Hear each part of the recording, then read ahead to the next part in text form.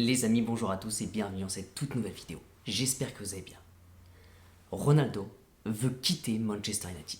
Vers quel club il serait susceptible d'aller dès cet été?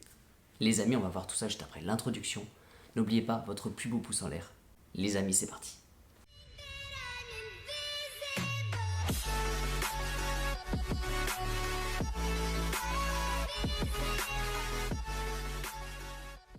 Juste avant d'ouvrir le sujet, je tiens à mettre en valeur la boutique Foot Central. Foot Central vend énormément de t-shirts en rapport avec le foot. Les t-shirts sont d'excellente qualité, mais il y a également des coques pour iPhone. Il y a un immense choix de produits sur leur site internet. La livraison est extrêmement rapide. Et bien sûr, avec le code PAUSE, P-A-U-S-E, vous avez tout simplement moins 10% sur tout leur site internet. N'hésitez surtout pas à y faire un tour, je suis sûr que vous allez trouver votre bonheur. Merci pour votre temps, sans plus tarder, on attaque directement le mercato du côté de Cristiano Ronaldo. C'est parti. Aujourd'hui, ça ne fait plus aucun doute. Ronaldo souhaiterait quitter Manchester United pour justement retrouver la compétition de la Ligue des Champions. Donc, à moins d'un immense retournement de situation, Ronaldo ne sera plus à Manchester United l'année prochaine. Du coup, à ce moment-là, la question qu'on se poserait, c'est Ronaldo, vers quel club il pourra aller? De mon côté, je pense que Ronaldo va se diriger vers un grand club européen, mais pas n'importe lesquels.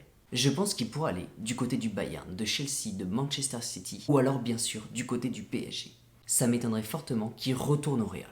Du côté du Real Madrid, depuis le départ de Ronaldo, vous avez quand même une attaque qui s'est renouvelée. Vous avez un Benzema, qui est l'un des grands favoris pour récupérer le Ballon d'Or cette année. Vous avez Vinicius, qui a fait une énorme Ligue des Champions cette année et qui a carrément marqué en finale de Ligue des Champions. Donc vous avez une nouvelle attaque au Real Madrid. Et l'idée, c'est que si Ronaldo revient au Real Madrid, de mon côté, j'ai peur qu'il y ait un léger chamboulement dans l'attaque du Real Madrid. Alors bien sûr, d'un certain côté, si Ronaldo revient au Real Madrid, vous savez très bien que les trois attaquants vont jouer l'un pour l'autre. Et bien sûr, ça pourrait être une année tout simplement incroyable, et pour le Real, ça pourrait être tout simplement sublime à voir. Un retour de la légende. Mais d'un certain côté, je préfère vous dire que Ronaldo devrait vraiment rester là-dessus, rester sur cette image de légende. C'est pour ça que je ne le vois pas du tout revenir au Real Madrid. Donc du coup, Ronaldo, en partant de Manchester United, il devrait se diriger vers un club qui est prêt à l'accueillir. En fait, l'idée, c'est que l'année dernière, Ronaldo a vécu une saison assez horrible avec Manchester United. United en Ligue des Champions n'y arrivait pas du tout. Et c'est Ronaldo tout le temps, dans les arrêts de jeu ou dans les fins de match, qui arrivait complètement à sortir son épingle du jeu. En fait, l'idée pour Ronaldo, c'est qu'il joue en pointe de l'attaque. Donc derrière lui, il faut clairement une équipe qui soit complètement fluide et qui tourne à plein régime. Et c'est à ce moment-là que lui, dans son équipe, il vient sublimer le jeu.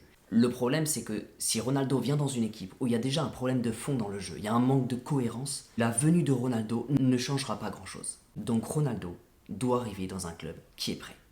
Par contre, pour le prochain club qui est prêt à l'accueillir, le club qui est prêt, qui a déjà une équipe qui fonctionne et qui va accueillir Ronaldo va tout simplement sublimer le jeu de ce club, mais c'est surtout qui va sublimer complètement le marketing de ce club. Ronaldo est tout simplement une puissance dans tous les aspects d'un club. Donc c'est pour ça qu'à ce moment-là, je vous ai évoqué que pour moi, de mon côté, je voyais Ronaldo partir vers Manchester City, Manchester City, même s'il ne gagne pas la finale de la Ligue des Champions, Manchester City roule complètement en Ligue des Champions. De son côté, même si le Bayern n'a pas réussi à être convaincant l'année dernière en Ligue des Champions, le Bayern a l'habitude d'être un rouleau compresseur pour tous ses adversaires. Donc le Bayern roule complètement. Et bien sûr Chelsea qui a été champion d'Europe il y a 2 ans. Mais du coup à ce moment-là, pourquoi Ronaldo pourrait venir au PSG? Pourquoi il n'est pas impossible que Paris accueille Cristiano Ronaldo cet été? Alors je vais établir la réponse de cette question en plusieurs points. Et le premier, bien sûr, c'est que Ronaldo n'a jamais dit non au PSG. Et d'ailleurs, il y a 1 an, Ronaldo était intéressé par l'idée de venir au PSG. Il y a une deuxième chose, c'est que le Qatar a toujours voulu faire jouer ensemble Messi et Ronaldo. Faire jouer ces deux légendes dans la même équipe. Si jamais ils y arrivent, ça va être clairement un événement planétaire. Une chose que, bien sûr, on ne verra peut-être pas 2 fois dans notre vie, dans l'histoire du foot. Imaginez juste que durant un match, vous voyez Messi qui porte le même maillot que Ronaldo. Alors bien sûr, il y a plusieurs années, ça aurait été complètement impossible car les deux se battaient pour les mêmes trophées. Mais aujourd'hui, ces deux joueurs le savent, ils ne sont plus vraiment dans cette compétition, qui est le Ballon d'Or. Donc ça ne m'étonnerait pas que les deux, justement, soit pour l'idée de jouer ensemble. Ça m'étonnerait pas que de leur côté, Messi et Ronaldo, leur but aujourd'hui, c'est d'être dans une équipe compétitive et de récupérer un maximum de trophées avant la fin de leur carrière. Et dans tous les cas, si jamais un jour les deux doivent jouer ensemble, sous le maillot du PSG, clairement c'est maintenant ou jamais. Alors du coup, je vous ai parlé de clubs prêts. Et aujourd'hui, nous sommes en plein mercato. Et nous n'avons pas beaucoup d'informations par rapport au projet du PSG. Par rapport aux nouvelles personnes qui vont arriver, pour l'instant, vous savez, le PSG avance vraiment en mode sous-marin. Du coup, on pourrait se poser la question, est-ce que vraiment le PSG est prêt aujourd'hui? Moi, j'ai envie de vous dire que oui. Et j'ai presque envie de vous dire que le PSG se prépare, mais le PSG est prêt en cachette. C'est-à-dire que le PSG aujourd'hui n'a plus Leonardo. Le PSG aujourd'hui a un nouveau conseiller sportif qui est extrêmement puissant au niveau du mercato. Aujourd'hui, le PSG a un nouveau coach. Un nouveau coach qui n'a pas d'expérience, mais un nouveau coach qui a beaucoup réussi avec Campos. Et d'ailleurs, les deux ensemble sont en parfait accord pour un projet sportif au lieu d'un projet marketing. Et ça revient au fait que Ronaldo doive rejoindre un club prêt. Donc le but de Campos et de Galtier, c'est d'avoir une équipe prête et non pas juste belle. Bien sûr, à côté de ça, vous avez la prolongation d'Mbappé, mais surtout Mbappé sait très bien que le PSG va devenir beaucoup plus fort cette année et c'est d'ailleurs pour ça qu'il est resté au PSG. Et encore une fois, on sait très bien que le PSG se prépare en cachette car Campos est en train de consolider la défense et le milieu du PSG. Donc bien sûr, depuis la fin du championnat, le PSG est en train de régler tous les problèmes qu'il y a autour du club. Mais à côté de ça, il va y avoir également une dernière chose. Le conseiller sportif est portugais.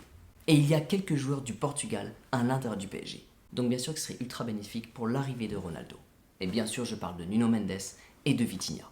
Donc encore une fois, je reprécise que ce serait l'année ultime, l'année parfaite pour une arrivée de Ronaldo au PSG. Alors j'aimerais un petit peu faire référence à ce qu'avait dit Nasser. Nasser avait dit « Fini le bling-bling au PSG ».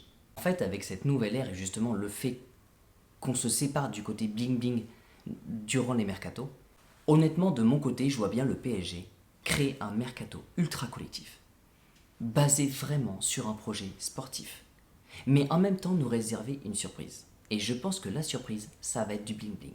Après, il ne faut pas oublier que justement le bling-bling lors d'un mercato, c'est souvent égal à de la puissance, à de l'expérience. Et clairement au PSG, on en a besoin.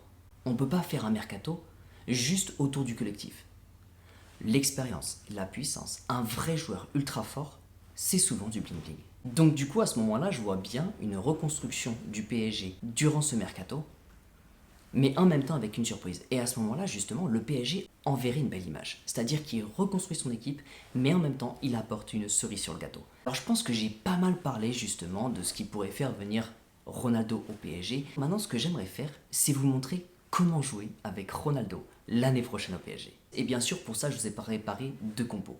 La première en 3-5-2 et la deuxième en 4-3-3. Pourquoi je parle souvent du 3-5-2 et du 4-3-3, c'est que l'année dernière, on a énormément joué en 4-3-3. Et l'année prochaine, on serait susceptible de beaucoup jouer en 3-5-2. C'est pour ça que je fais la différence entre les deux. Donc à mon avis, en 3-5-2, on va avoir un numéro 10 qui va être soit Messi, soit Neymar. Et bien sûr, à ce moment-là, Ronaldo et Mbappé seront en duo d'attaque. Et ça m'étonnerait pas que ce soit ultra puissant pour le PSG. Clairement, imaginez juste Mbappé jouer avec la personne qu'il a idolâtrée durant toute sa jeunesse. Je pense que ce duo va être vraiment extrêmement puissant. Mais après, à ce moment-là, le problème, c'est que soit tu fais sortir Messi, soit tu fais sortir Neymar. Les deux vont être en rotation. Mais le problème à ce moment-là, c'est que tu es obligé d'avoir plus ou moins 3 attaquants. Et sachant qu'on a un Messi, Neymar, Mbappé et Ronaldo, il va forcément y avoir un joueur qui sera en rotation. Et le problème, c'est que ce sont tout simplement 4 stars internationales. Donc à ce moment-là, la gestion des égos va être assez dure à prendre en main.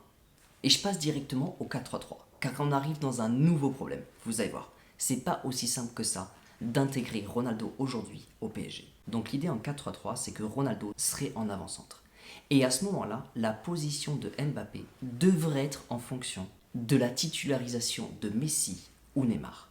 Vous l'avez compris, si Messi est titularisé, il sera côté droit et à ce moment-là, Mbappé retrouvera son poste, qui lui va quasiment pour le mieux, le poste d'ailier gauche. Mais si Neymar est titularisé, à ce moment-là, Neymar récupérera le poste d'ailier gauche. Et c'est à ce moment-là que Mbappé partira sur le côté droit.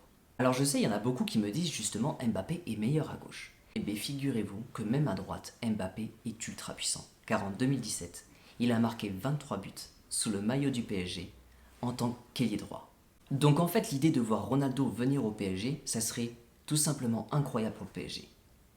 Mais le problème, c'est que ça va forcément remettre en question la titularisation d'une des stars du PSG. Donc ça m'étonnerait pas qu'à ce moment-là, c'est soit Neymar qui soit en rotation. Alors pour aller légèrement plus loin, je vais parler cette fois-ci d'un autre attaquant qui s'appelle Robert Lewandowski. Vous savez, Robert Lewandowski est sur le point de quitter le Bayern Munich.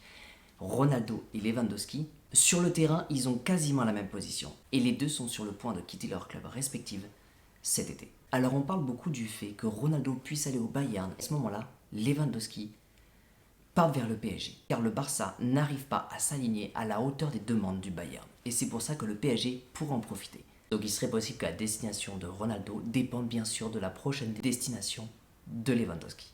Mais du coup à ce moment-là, j'aurais été hyper curieux de savoir, de votre côté, quelle serait pour vous la meilleure opportunité pour le PSG. Soit ce serait Robert Lewandowski, soit ce serait tout simplement Cristiano Ronaldo. J'attends bien sûr votre avis dans la barre des commentaires. Les amis, j'espère vraiment que cette vidéo vous a plu. Si c'est le cas, bien sûr, n'oubliez pas votre plus beau pouce vers le haut. Objectif 200 comme on a l'habitude de faire. Merci beaucoup d'avoir aidé cette vidéo jusqu'au bout. Je vous souhaite une excellente journée. Les amis, n'oubliez pas, prenez soin de vous et surtout n'oubliez pas que ici c'est Paris.